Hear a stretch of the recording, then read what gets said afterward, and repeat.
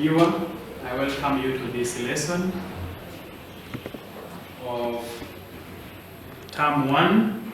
That is our first topic of Term 1. I remember very well in the previous lesson we were looking at the location of our district, and we agreed and we understood that our district is called Kampala district, which we say it is located in the central region of Uganda. And in that very lesson, we also understood other regions that make up Uganda as a country. So that is what we discussed in that lesson. Today, we are going to share, and we shall be sharing from our booklets, from pages 10. We shall be going up to around page 15. So that is what we are going to be discussing in this lesson. Now, on the board we have our heading. We have what we call the island districts also. Now, what we need is to define the meaning of an island. An island, if it is one, an island is a piece of land. We can call it a piece of land that is surrounded,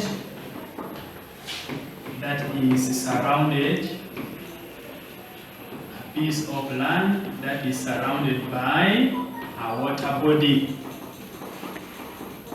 A piece of land that is surrounded by a water body. We can also call it a piece of land surrounded by water. It's all the same.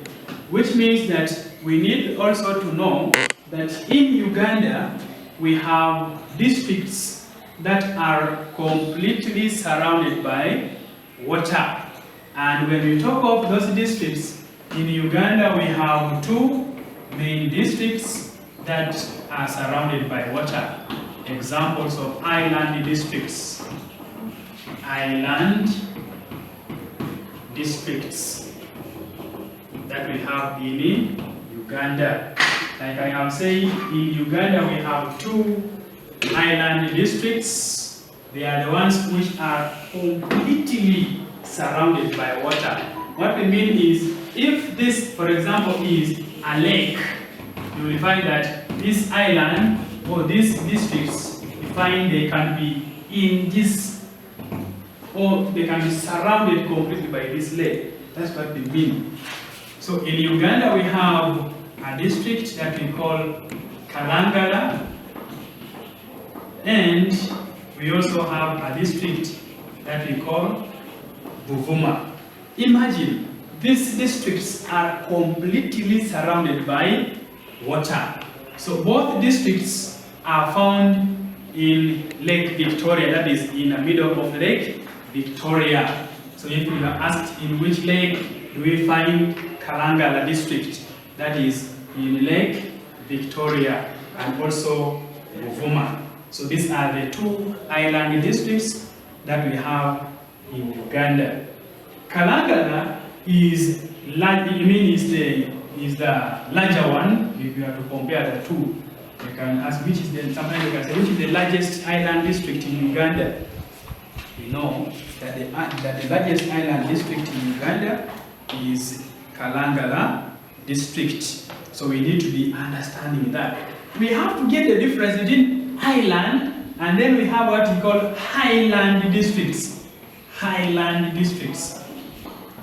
We also have what we call highland districts. I think we shall be looking at this later on. But before we look at them, I just want to give you a highlight of highland district. This island, this is highland, H, high, which means these are areas which are, here we're looking at mountainous district or hilly districts. That is what we look at here. But when we're looking at island districts, of course we are looking at those districts that are completely surrounded by water body or by water. Now, in these districts, we are going to look at what takes place in such districts. Let's talk about economic activities. economic activities that take place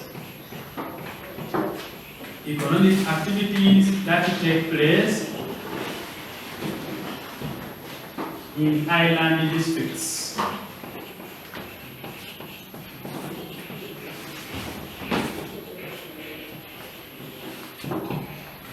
Economic activities that take place in island districts.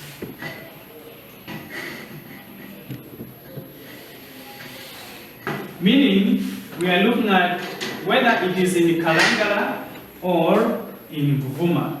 Of course, we have identified this as the two districts which are in the water body. So, in our thinking, which activities do we think can be done in those districts which are surrounded by these lakes? The first activity to come to our mind should be fishing. Fishing. Of course, mainly, we know that this is an area which is surrounded by a water body, by a lake, which means in that lake, people carry out fishing. So this is the major economic activity which is carried out in these island districts. If the question is asked for the major economic activity carried out by the people in Kalangala district, don't even go any further. Just give us fishing, because this is the major one. Then other activities, remember this is a piece of land surrounded by water. Because of the lake, these areas tend to receive a lot of rain, so the soil there is fertile, so we can also have farming, that is crop growing. We can call this is mainly crop growing, or we can call it cultivation. This is another activity that can take place in these areas. Still in this, I will need to make you understand that in Uganda, Kalangala district is well known for producing or for growing a lot of a crop that we call oil palm. Oil palm. So we have also given you something that you did not understand. Please get to know it. Oil palm is the crop which is mainly grown in the Kalangala district. In case you are asked of that question, that is the answer. Still, we are continuing with our activities that can take place in island districts or island areas. I also want to bring you that in these areas there is also transport. There is also transport. But now for this case, when we talk about transport, of course this is an island place. The type of transport that we are talking of mainly is water transport. That's why I have been specific when writing this. I not just write transport, because we have types of transport. We have road transport, railway transport, air transport. For now, I have been specific by saying water transport, which means there is movement of both people and goods across or on that lake. So this is another economic activity. Then the fourth one is lumbering. Lumbering. Now let's look at how does lumbering come in. Lumbering, we define it as the selective cutting down of mature trees. The reason is to get timber. That's how we define lumbering. A selective cutting down of trees for timber. Now, in these districts, like in Kalangala, we have what we call Sst Island Forest. It is a very natural forest found there. So because of such a forest, then lumbering can also be an activity there. Then lastly is the activity that we call tourism. Tourism, which means we have visitors who can go to those island districts to view, to see what is there, and they will be ending up paying money to the government. So tourism becomes another economic activity that takes place in Kalangala district. Not only in Kalangala, but in these island districts like Buvuma, as we say. Now, let's see the idea of staying in an island district. Advantages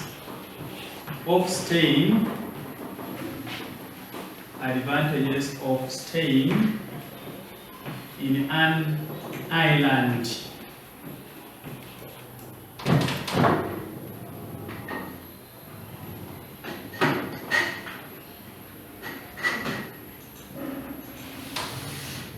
This is a heading, so I have underlined it. We are looking at what are the advantages of staying in an island district.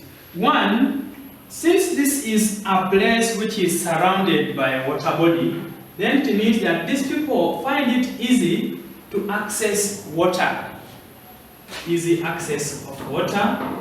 There is easy access water. Or these people can access water easily. Just make it like that. People access water easily. People can access. If you can't write the word access, you can say people can get water easily. People can get the water easily. Which means those people who are there, water is not a problem. They can get water because the water is the one which is surrounding them. Two is that people can get fish. People can get fish from this water body which surrounds this land. Of course, like we are saying, Kalangal and Buvuma are the island districts that are found in Lake Victoria, which means these people who live in these islands find it easy to get the fish. Just go in the evening or any time, go with your tools and one can be able to get the fish. That is another advantage of staying in islands. Three, these people can receive a lot of rain. They receive a lot of rain. A lot of rain is received in island areas. Remember, this is a place which is in a lake. And when we look at a lot of rain, of course, it reminds us the formation of rain in water bodies. For example, you will find that if, like, there is a water body is here. If we are to have our illustration, we have a water body, and you will find that the sun hits the water, and what happens when the sun hits the water? This water is going to evaporate. This water is going to evaporate from this lake. The water evaporates, and when it evaporates, this vapor is going to condense into the atmosphere. That is in the process we call condensation. And at the end of it all, clouds will be formed, which will eventually bring rain to that area. So we shall be understanding that people who live in these islands get a lot of rain. Rain is not a problem to them. Then lastly, shall be removing this. Lastly, these people have the fertile soil. They have fertile soils for farming. They benefit from the fertile soil. From the fertile soil. The soil there is fertile for farming. And the farming we are looking at is cultivation. That is crop growing. So people in island areas are able to grow crops because their area has fertile soil. Remember, near the lakes, we have the fertile soil which supports crop growing. Now, having understood these good things that these people enjoy, we are also meant to understand that there can also be the disadvantages of. So, we are going to look at the disadvantages that are or problems faced by these people who live in these island areas. Problems faced by people. Problems faced by people who live in islands. Which means whether it is in Buvuma Island, whether it is in Kalangala, we are going to look at the problems that these people face. Problem number one, these people face a problem of floods. The water comes to their areas. The water from the lake can come to their areas. That is what we call flood. That's the problem number one. Problem number two, these people suffer from poor transport network. Poor transport network. Remember, we are saying this is a piece of land, and outside there is water. Which means these people can find it difficult to get improved transport transport facilities or transport network. No roads, the only way is for you to use water. That is a problem of transport. Then three, there is easy spread of diseases. Easy spread of diseases.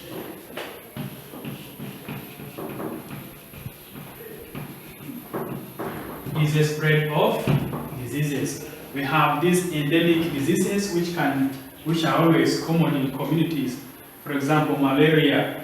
So we find that because of those people being in a lake, and we have those lakes can be breeding places for these vectors, so those people are prone to getting these diseases that we call endemic diseases. So it becomes another problem. Problem number four is that these people do not have power. Shortage of power. Shortage of power. Here, for example, we are looking at hydroelectric power. These people cannot access. Remember, hydroelectric power is supposed to be transmitted using poles. They put poles and they connect electricity to different places. Now, if we are to look at that island district, you will find that it becomes very difficult for people to build, to put those poles, those electric poles, joining up the time they reach the island itself. So those people suffer a lot. They don't have power in their areas. Then, of course, being in the water, you should also be aware of the aquatic animals which can attack them. So they can have it as attacks from aquatic animals. Attacks from aquatic animals. When we talk of aquatic animals, we are looking at the water animals that can attack them in their homes. For example, crocodiles. Then we have these snakes. These animals can get out of the water body and they go to their homes and can attack them. So that is another problem that these people face. Then the other one is that these people also the government finds it hard to provide social services to them. So they have also that poor access to social services. Poor access to social services. Poor access to social services.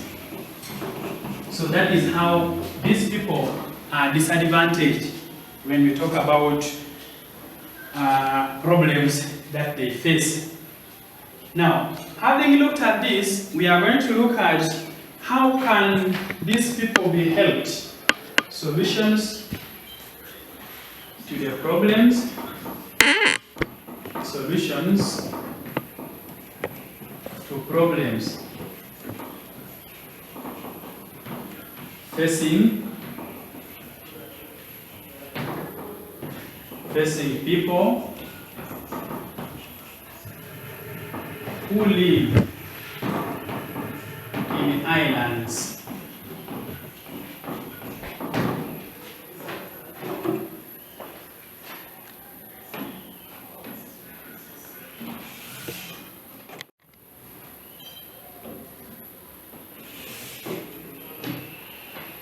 Solutions to problems facing people who live in islands. Now, in these solutions, in this subheading, we are going to identify how can these people be helped so that they can live or they can be free from these problems that they are facing. One is we have talked about no electricity, so these people can be encouraged by encouraging people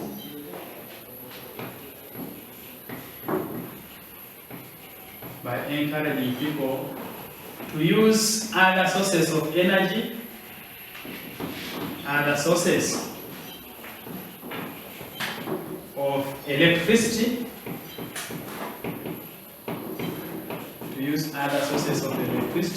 For example, these people can be told to use solar.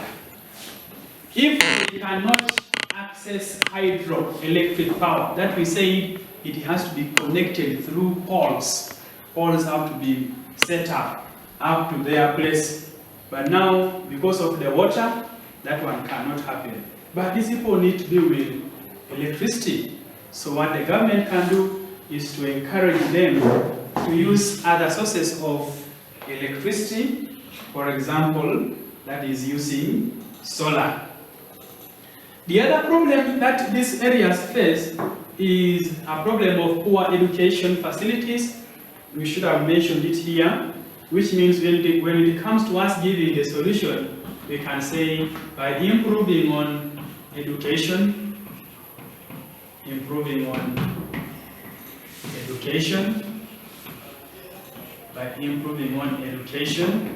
in those districts. Here we say as a problem, there is poor access to social services. And an example we have given, education. Those people find it hard to access, or their education system is poor. So they can be improved on. Then we have the easy spread of diseases. This problem can be solved by the government providing nets by supplying, or we can say by providing mosquito nets,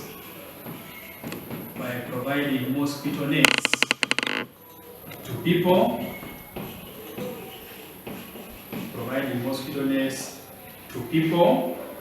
in islands. Remember very well, we say these people can suffer from these diseases which are caused by these disease vectors in that water body. But now, how they can be helped? We are saying, if we are looking at an example of such a disease as malaria, what the government can do is to provide mosquito nets to these people, such that they will be able to sleep under those mosquito nets, and they will be coming out of that problem of diseases. Then also, sometimes the workers, even the civil servants, find it difficult to work there. They do not want to work in such areas because such areas, we call them hard to reach areas. So what the government can do to motivate people to work there, or to make people to go and accept work there, is by giving people more incentives, as in motivating workers. You can call it motivating workers. Here we're looking at civil servants. By motivating civil servants who work in highland areas,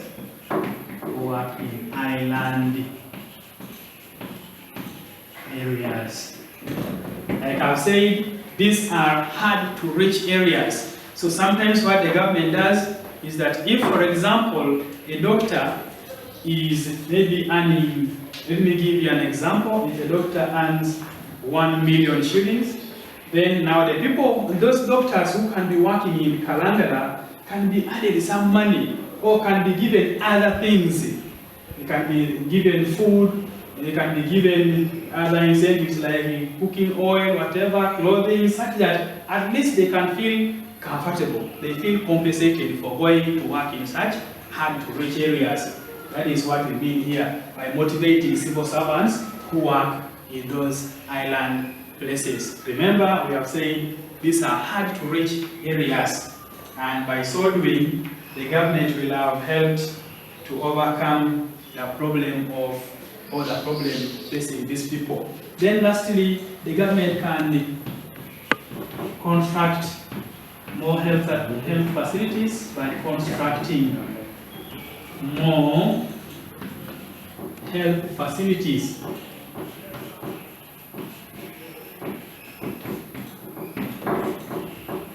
Of course, we know these places are prone to diseases. So what the government can do is to make sure at least more hospitals are constructed in that area to handle such cases. And by so doing, these people will have been helped, or they will have gotten the help that they deserve in those areas as they live there. That is what we can discuss as for the solutions that for the problems that people face in island districts. We are continuing with our discussion, and we are having a heading on the board that is Kampala Capital City Authority. Kampala Capital City Authority, we write it as KCCA. Now, KCCA is the body which manages or which runs the affairs of Kampala district. Remember, we say our district is Kampala, and the good news to us is that it is where the capital city of Uganda is located. So we say this body, that is KCCA, is headed by the person that we give the title Executive Director. I challenge you to find out who is the current Executive Director of KCCA. So you find out, you try to do some research. Ask mommy, ask daddy, who is this person? I have given you the title, but now I want you to go ahead to get the name of that person. Then we have another sentence here saying, the ministry where KCCA belongs is what we call the Ministry of Kampala Capital City Affairs and Presidency. So this is the ministry where Kampala Capital City Authority belongs. Now, our next item of us to discuss, we are going to look at what are the roles that are played by KCCA. What does it do? What are the roles played by KCCA? Roles played by Kampala Capital City Authority. So whenever you see KCCA, you know that is what it means in full. Kampala Capital City Authority. Now, role number one is to make sure that the city is clean. That is to clean the city. We can simply cut it short, to clean the city. That's why you find that there are very many people who work with the KCCA. You can have these people who are wearing these earphones, and you find that they are written on their backs KCCA. They help, like this one, find them helping to clean the roads, sweeping the roads like that. Others move from place to place, collecting garbage. That is to ensure sanitation in the city. Then to maintain good road network, to maintain a good road network in the city. This KCCA is responsible for maintaining a good road network in the city to make sure the roads that are in the city are in good conditions, nice looking, easy to travel on without potholes. That is the other one, the other advantage that the other role played by this KCCA. Then number 3, the KCCA is responsible for collect taxes. To collect taxes. These ones are collected, the taxes are collected from the business people, in Kampala. It is responsible for issuing certificates of operation, licenses, so that people who have their businesses can operate. They pay the money to the KCCA. Then the other one is to improve on the infrastructure, that is the buildings and others, to improve on the infrastructure in the city. To improve on the infrastructure in the city.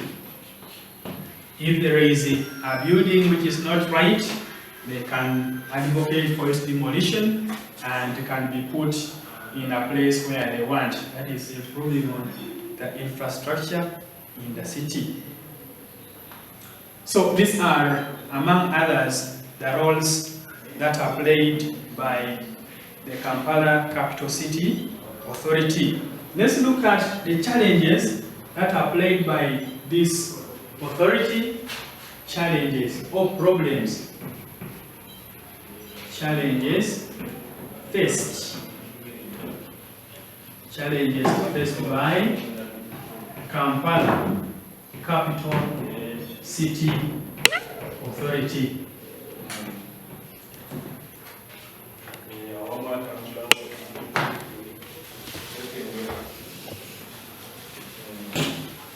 Challenges faced by Kampala Capital City Authority. So here we are going to be looking at which problems does this authority face.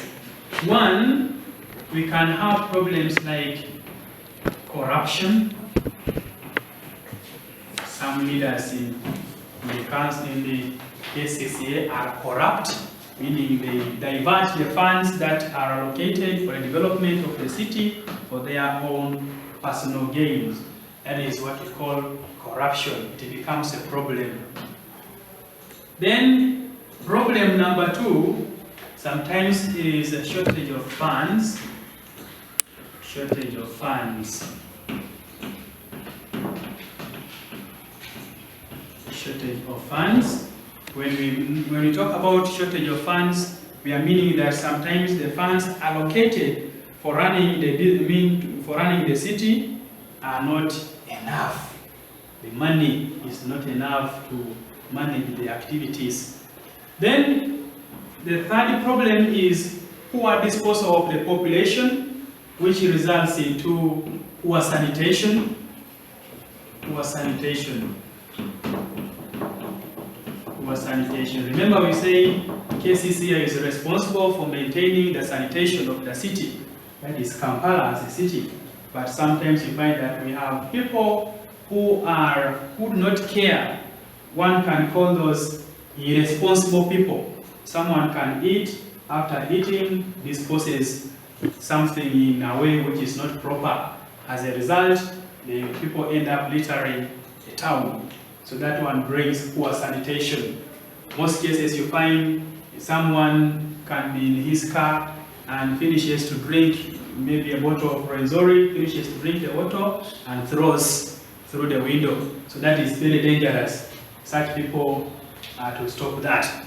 In case you as a child, you have a right, when you see such things happening, you can help advise that person that it's not good to throw these things, because one, when these things are thrown, this bottle can go and can cause an accident. Someone can be following, knocks it, maybe someone was riding, knocks that bottle, and can end up getting an accident. Then two, of course, that bottle can end up bringing poor sanitation. That is littering the compound, littering the city. So that is also another problem that is called, that is another challenge that is faced by KCCA. Now the other one is the problem of floods in the city. This one we also need to know. Sometimes you find when it rains, you find the water in the city, floods, and this one is attributed due to poor drainage system. That is what brings this flood. Poor drainage system. It is what results into these floods, and you end up seeing water. People will be walking, that is walking on the water in the city, which looks shaming. It looks a shame, seriously, to the people. Then lastly is the development of slums. Development of slums. Development of slums around the city. So this is also another challenge which is attributed, or which is faced by the Kampala Capital City Authority. So that is what we can discuss as for KCCA. In the next lesson, we shall be understanding something different, but for now, I would like to allow me to thank you so much for being part of this lesson. And I want to remind you to always keep on subscribing for more, keep on clicking more of the lessons, and you watch them. In case you do not understand something somewhere, be free to approach the teacher. You can call me directly using the lines which I'm going to give you, 0774 420 447, or you can call me using Airtel 075 146 1007, or you can send me a WhatsApp message in case you know about WhatsApp, and you're on WhatsApp. I use 078 38 93 119. So this is the one which is on WhatsApp. You can send me a message. Please, teacher, I did not understand this and that. I will help you to explain it clearly to you at that time. Thank you so much for having been part of my lesson. See you another day. Bye-bye.